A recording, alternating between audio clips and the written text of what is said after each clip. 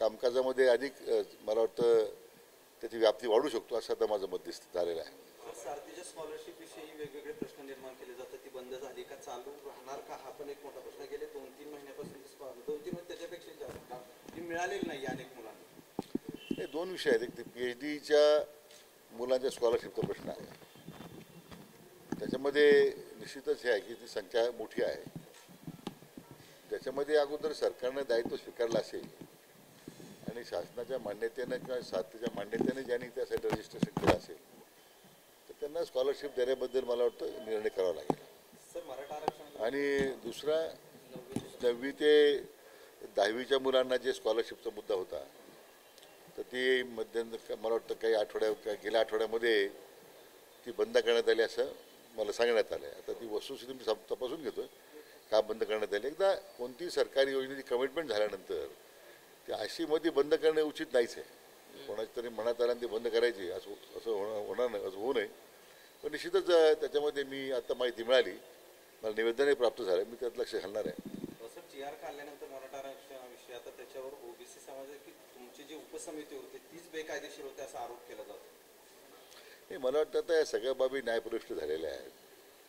त्याच्यामध्ये भाष्यमत करण्यापेक्षा कारण न्यायालयाने त्याची सुनावणी घ्यायला सुरुवात केलेली आहे आणि त्यामुळे मला वाटतं जी काही त्या ठिकाणी भूमिका मांडायची शासनाची आम्ही ती मांडू. ओबीसीच्या आरक्षणात धक्काने लागतं देणार असं सरकार म्हणते. मात्र ओबीसी आता परत एकदा आक्रमक होत आहेत. आंदोलन मोर्चाची सगळ्यांनी तयारी केली. शासनाची भूमिका कालही ती होती, आजही आणि ती उद्या तीच आहे की कोणत्याही परिस्थितीत ओबीसीच्या आरक्षणात धक्का न लावता ही सगळी प्रक्रिया पण सुरू केलेली आहे. मला वाटतं नीट समजून घेण्याची आवश्यकता आहे. पण म्हणून मला वाटतं याच्यावर अधिक भाष्य करणं उचित नाही. कारण सध्या काय तर ही समज गैरसमजुतीमुळं तयार झाला प्रश्न आहे. पण बघूया न्यायालयामध्ये सरकार आपली भूमिका मांडणार आहे.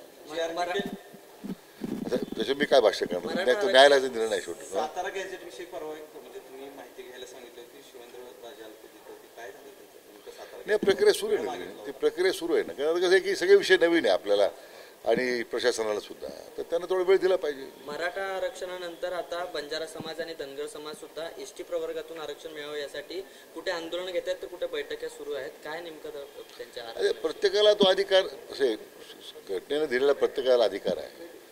त्यामुळे कोणी काय करावं काय करू नये त्याच्यामध्ये मी काय भाष्य करणार असा प्रश्न आहे. शरद पवार नाशिकमध्ये बोलताना असं म्हणाले की देवाभाऊंनी नेपाळसारखी काय परिस्थिती होण्या अगोदर राज्याकडे लक्ष द्यावं. कशा प्रकारे बघता तुम्ही याच्याकडे?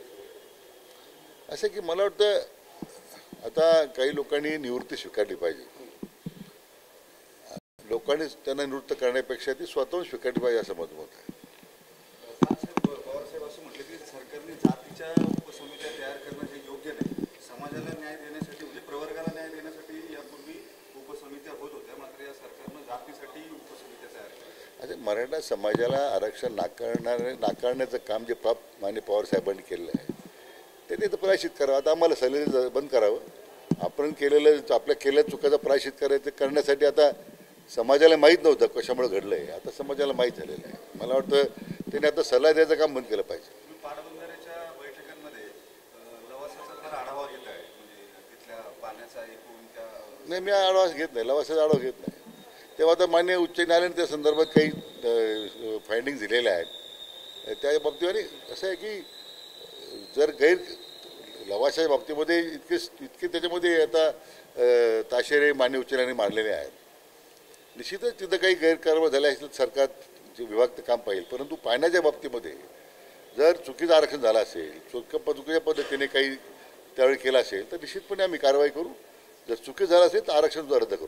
सर, मराठा संदर्भात आरक्षण एकच शेवटचा प्रश्न. मराठा हैदराबाद गॅजेट संदर्भात जसं आरक्षणासंदर्भात GR काढला त्याचबरोबर ती बंजारा समाज सुद्धा ST वर्गामध्ये समाविष्ट करण्यासाठी सरकारनं GR काढावा.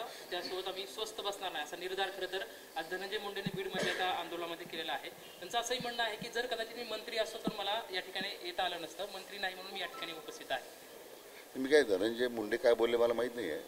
पण शेवटी असं की प्रत्येकाला आपापल्या न्यायिक मागण्याच्यासाठी लढा देण्यात अधिकार आहेच ना.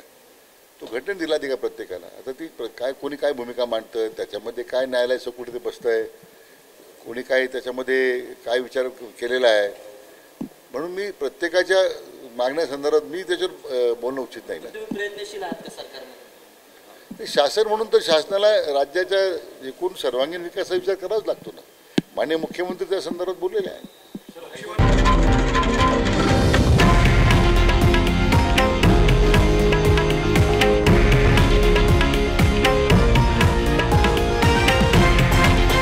हे आहे देशातील नंबर 1 न्यूज नेटवर्क आणि आपण पाहत आहात TV9 मराठी, एकमेव.